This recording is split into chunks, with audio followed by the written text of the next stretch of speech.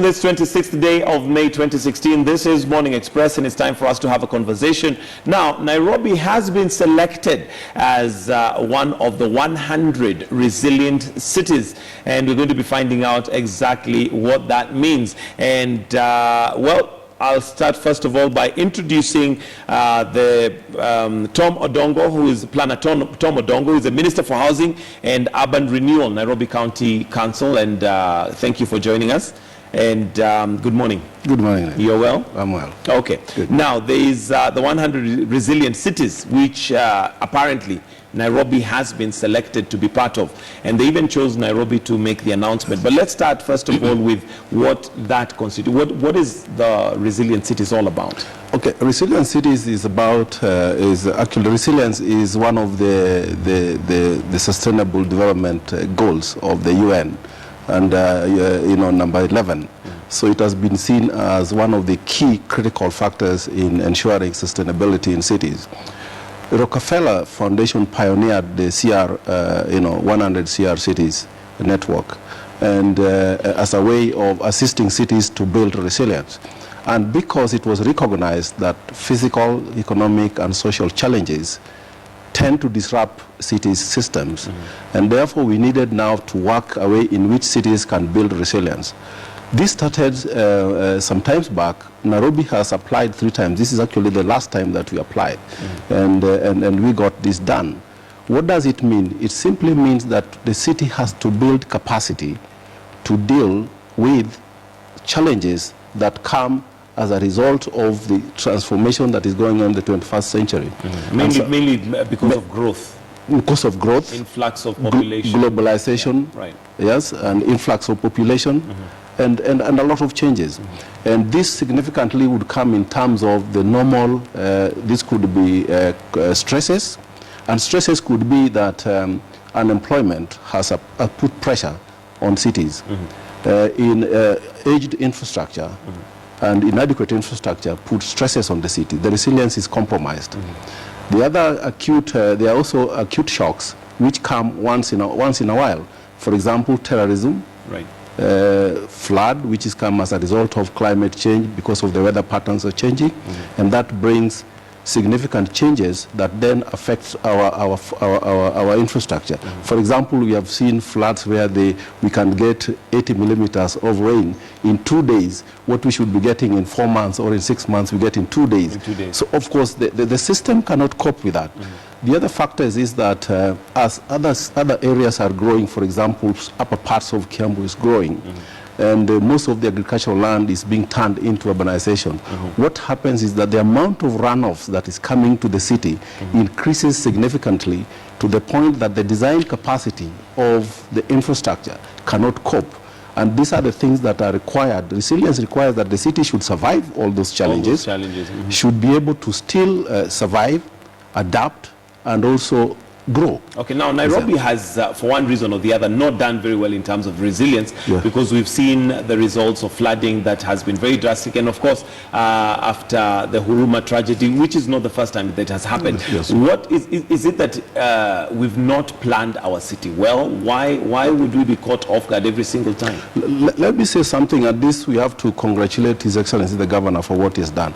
Nairobi, until the county came, had not had a master plan, a visionary plan, which shows where do we want to go, and even in terms of aligning it with the Vision 2030. What we have done is to come up with an integrated urban development master plan, and all the principles that in resilience are actually inside this particular plan. Social sustainability, environmental sustainability, inclusivity, and integration. So this means that the silos, we are trying to dismantle silos where each and everyone is working on their own. The road sector is operating on their own, energy sector is on their own, and other sectors on their own. We are talking about integration, just not horizontal integration, but also vertical integration, that we are able to harmonize policies. You would realize that any time we have dealt sufficiently with any disaster is when we are together. We are operating at interagency level. What we are talking about with this integration, with this process, we are going to integrate policy and operations. And we know we speak to, all of us speak to one issue and from a common template. That helps. Inclusivity, if you don't include people, into your works, because government cannot be everywhere. So you must partner with communities, you must partner with businesses, you must partner with institutions, so that synergy helps in solving problems. Where resilience has succeeded is where there is partnership within those institutions at different spatial level, at the national level, at the county level, and also to the lower levels, sub-counties and the ward level. Okay. Now, we do know that according to this 100 resilient cities, there's a 16 billion kitty, yes, which is going to go to those 100 cities. Yes, yeah. And I'm not sure if we know how much is coming to Nairobi. Yes. But more importantly, what is the plan by the county government to execute and ensure that we become more resilient? What is that money going to be put to? Okay. The way it works is this way. We will be getting a technical assistant in form of a fully paid chief resilience officer. Okay. This is an expert. The expert will let us go through what we call resilience strategy process. This is an inclusive process where the institutions, the communities, businesses partner with the county government, agree on priority areas where we need to build resilience. Because we may not do everything, but we have to agree on priority areas where resilience need to be built, where resilience had been compromised, that we think if we build resilience, we will move to another level. So it has to be inclusive. The city will not decide on its own, but the city has done certain things. From the Nairobi Integrated Urban Development Master Plan, these issues have been flashed. And then from there, we came up with what we call County Strategic Plan, which is now a vehicle for implementing now what we call the NEEP plan now. What we are going to do, and all these two processes have gone through a very, very participatory and inclusive process. What we are trying to do is now to begin to pass through, look at these two documents in terms of resilience, and we see how do we build resilience in these two documents so that when we implement them, we have got resilience institutionalized in all operations and all implementation activities that we are undertaking. This has to be consultative. One thing that the governor even mentioned yesterday is that 2% of the county budget has been devoted to facilitate public participation.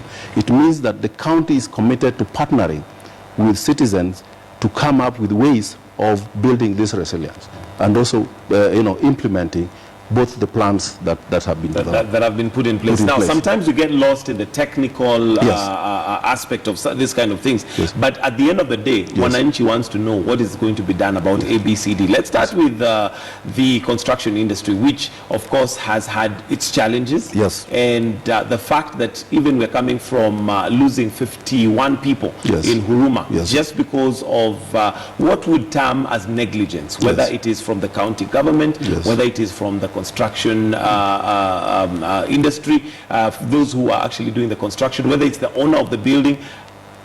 What's the progress on that?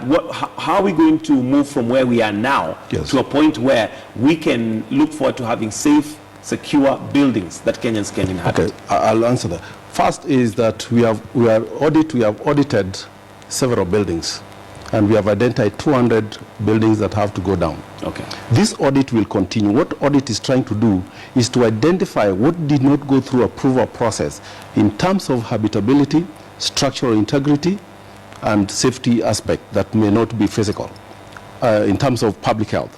Once this has been identified, one would be informed that this particular one needs to go further into integrity test. If it does not pass, then it will come down. This is through what we call regularization process. The other aspect of it is that the county government is doing a legislation. This legislation is trying to privatize building inspection services.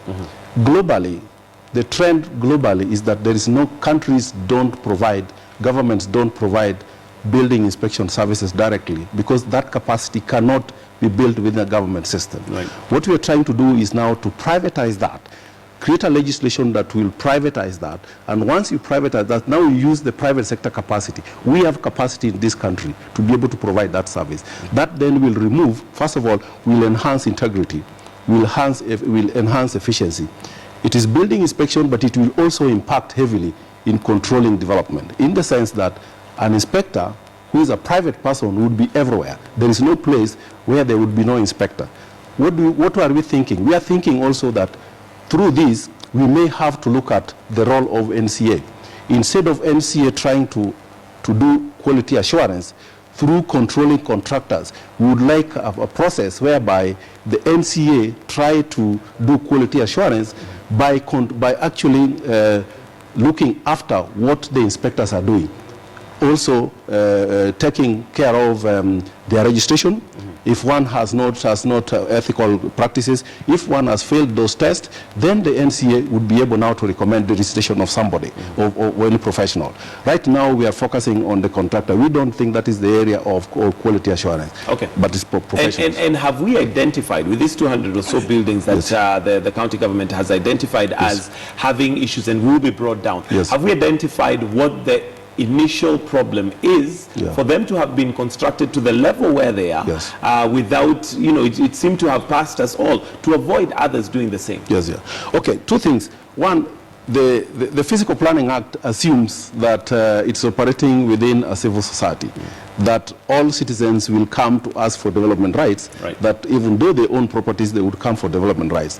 What we have to look at now is that in our context, that does not work. We need a law that does not necessarily assume that people are civil. The second one is that we may have to do a law that enforces, that try to promote self-regulation. But the problem that happened in Oruma is one thing.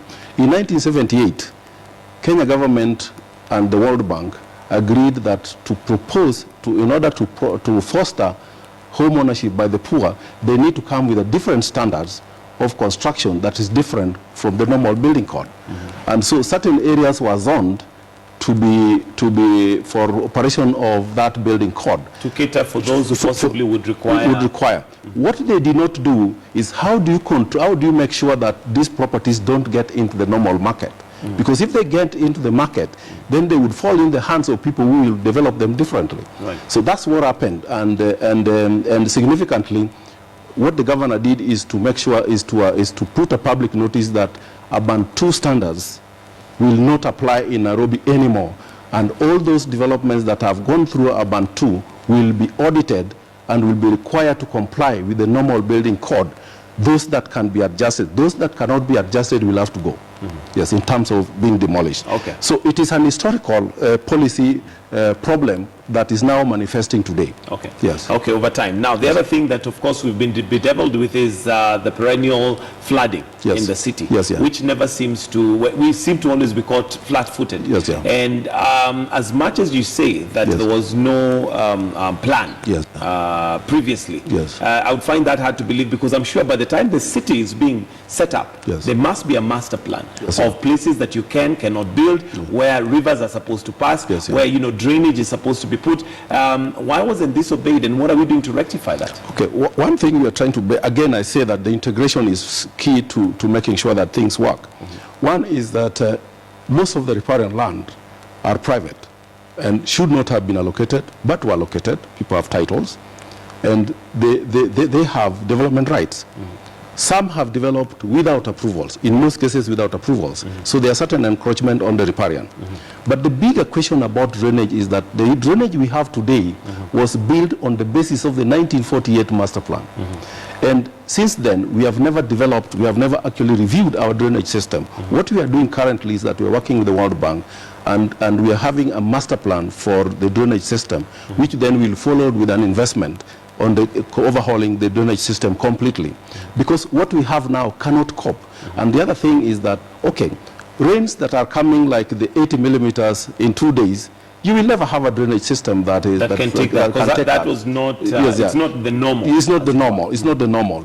But we would be able to come up with a drainage system that can actually handle normal rainfalls and make sure that the city remains resilient to the extent that we are able to get our drainage functioning. Okay, so with this 100 resilient cities and the money or the technical support that we're going to receive from this particular grant, how long do we expect this is going to be sorted out? Okay. So that should there be floods, at least, even if it's because of global warming or whatever, we don't have the adverse effects that we have right now that literally cripples the city. Yes. Okay. Initially, we will develop the framework first, and then the second phase is now the investment. Remember, what comes first is actually the technical assistance that help us now to come up with framework, the strategy itself for building that resilience. The second phase is now investment on the specific actions that we have already identified. And this one, there are so many partners that we can actually partner with. The third thing in this platform is also knowledge sharing. Because most of these problems that we are dealing with, other cities are also dealing with them. Because cities are actually systems in a global network. And what happens is that anything that affects another city has got implication on another city. So we can share information. So that information sharing of the knowledge means that we'll be able to access a lot of knowledge and information that will help us build our own strategy and respond to certain situations. I think what will happen first is that we are collectively work with the citizens, the business, and the institutions to identify the priority areas. The other thing that is going to happen is that we partner with communities that are likely to be affected by those floods and build certain resilience at those local level. For the time being, before even you do larger investments, you have to build certain capacity to deal with resilience at those local levels. So it would be at different levels. Okay. The immediate one is actually at the local level, so that even before you put a larger investment, you are able to make those communities be able to cope, adapt, and grow. Do we have a timeline that we are working with to see some development or to see at least something being done? Do we have a timeline that we are working with to have some of these issues in the construction and drainage systems being sorted out? The construction one of this has already been done. Actually, the regularization is already on, and we are working together with NCA and Ministry of Public Works, especially the Inspection Department. That one is already ongoing. I think the one that we are working on and we're just about to finish is now the privatization of the building inspection services, which probably in another 3 months we should be able to have the legislation on board and probably work with other national agencies to be able to deal with the issues of how do you punish, because this has to be also with the national legislation supporting this. So something is already happening. The second thing is that this is being plugged on the instruments that we have already developed. It is not finding a vacuum. The Resilient City framework is coming when there is already instruments developed to actually tackle this problem. One, as I mentioned, the Nairobi Integrated Urban Development Master Plan.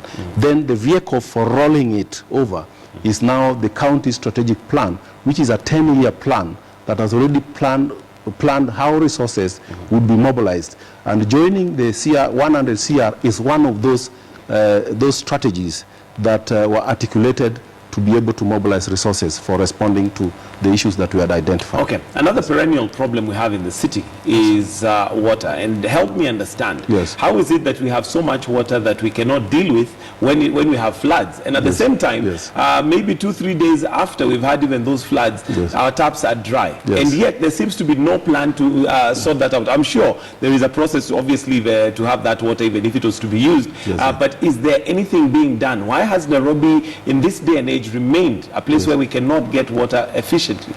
Okay, Nairobi is located in a water deficit area, but there is a problem. Water, I can say there is a problem. We don't get enough. We have got a deficit of 130, 170 cubic meters of a day, per day. That's a huge deficit. Two things are happening. We have got a plan to do what we call the Northern Collector. Northern Collector is able to pump in, once it is completed, 150,000 cubic meters per day. That will still leave us with a 20,000 cubic meter deficit. There's a consideration that Sasumua has capacity to increase water production, and that is being looked at together with the ministry as a way of increasing water. But the rainwater, we can dam the rivers and begin to tap the rainwaters and be able to purify this. This is something that we are going to do. Another project that we are having is that at Kariobangi we have got a sewage treatment plant. We are actually trying to purify, recycle that water, purify it for secondary demand by the industries, so that they have got some water that they can be used. This will actually also sort of relieve water demand, and be able to release a large amount of water to reach other people. But the bottom line, we have to look at how to be able to use the rainwater work around it and see how that can boost our water supply. And this is something that is being thought out very, very clearly. Do we have a time frame when we can actually have Nairobians enjoying water without any restrictions? I mean, there are areas you'll even find 7 days without water. Yes, yeah. Honestly, in this day and age, yeah. If we finish the northern collector, and we work on we boost, we can still boost Ndakaini to get additional water production. If we are able to do that one, we will have enough water, but that one only enough for a short while. So we have to look for other ways of getting water, because what we need to invest in is water production. And we have actually discussed this with the government, because that part of water resource management is actually in the national government. We are actually supposed to be on the water delivering the service, but the water resource management was not devolved. It is left to the national government. Actually, Nairobi is the only county that actually controls a source, also participate in water production. Most counties don't. But we are saying that we are able to boost production in two of our sources and be able to increase the water that is pumping. Water that is coming out. Of course, there's a lot that we could discuss, but time is against us. But mainly, just as you conclude, sir, the question would be, what should Nairobians look forward to? The fact that now we're in this 100 cities, resilient cities, and we've been selected. What should we look forward to? What is it that you would say we're going to benefit from it? I think the first thing that resilient cities believe in is that every citizen must have access to basic services. So certainly today we have 40% of our population living in slums where they do not have access to basic services. That has to be tackled. The second one is the issue of unemployment. Making people have access to legitimate ways of making a living is something that is very, very critical, because if you don't do that one, then you have a challenge. Issues of security from the point of view of dealing with the social vices that stimulate people to commit crimes. For example, right now we are doing modern social community facilities that will engage youth in various places. These are some things that we have already started. What I think is the issue here is that if resources are able to be given, more resources are able to be accessed, a lot of impact can be made within a short time. Okay. So we can't promise, but I think what I know is that with more resources we should be able, the plan is there. All right, thank you very much. We'll have to end it right there because of time. That's Planner Tom Odongo, the Minister for Housing and Urban Renewal, Nairobi County Government. Thank you, sir, for your time. And do stay with us right here on Morning Express. We'll take a short break. When we come back, it's time for State of the Nation. So don't go away.